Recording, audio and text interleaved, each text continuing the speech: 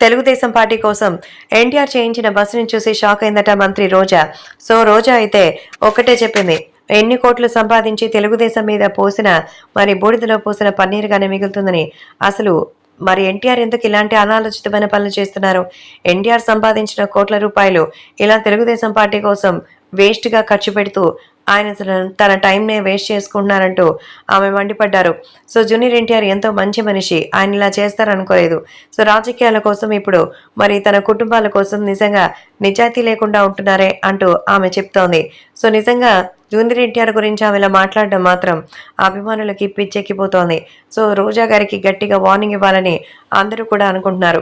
ఈ నేపథ్యంలో జూనియర్ ఎన్టీఆర్‌కి సంబంధించిన విషయాలు మాత్రం సోషల్ మీడియాలో ఎంతో వైరల్ అవుతోంది.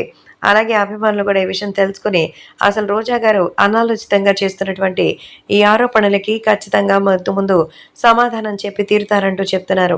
కాబట్టి ఈ విషయాలు కూడా సోషల్ మీడియాలో సైతం ఎంతగానో వైరల్ అవుతోంది. రోజా గారైతే ప్రస్తుతం మరి జూనియర్ ఎన్టీఆర్ తెలుగుదేశం పార్టీ కోసం కొనుగోలు చేసిన మరి ఆ బస్‌ని చూసి షాక్ అయ్యారు. కారణం ఏంటో తెలుసా? ఎక్కడ జూనియర్ ఎన్టీఆర్ తెలుగుదేశం పార్టీలోకి వచ్చేసి తెలుగుదేశం పార్టీని గట్టెక్కిచ్చేస్తారోనన్న భయం రోజా గారికి 100% ఉంది. అందుకే రోజా గారు జూనియర్ ఎన్టీఆర్‌ని తెలుగుదేశం పార్టీలోకి రాకూడదని దేవుణ్ణి కోరుకుంటున్నారు. ఈ నేపథ్యంలో జూనియర్ ఎన్టీఆర్ వస్తారా రారా అనేది అది పూర్తిగా తన పర్సనల్ విషయం.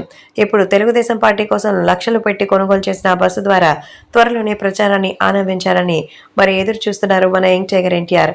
కాబట్టి ఈ విషయాలు కూడా సోషల్ మీడియాలో సైతం ఎంతగానో వైరల్‌గా మారుతోంది.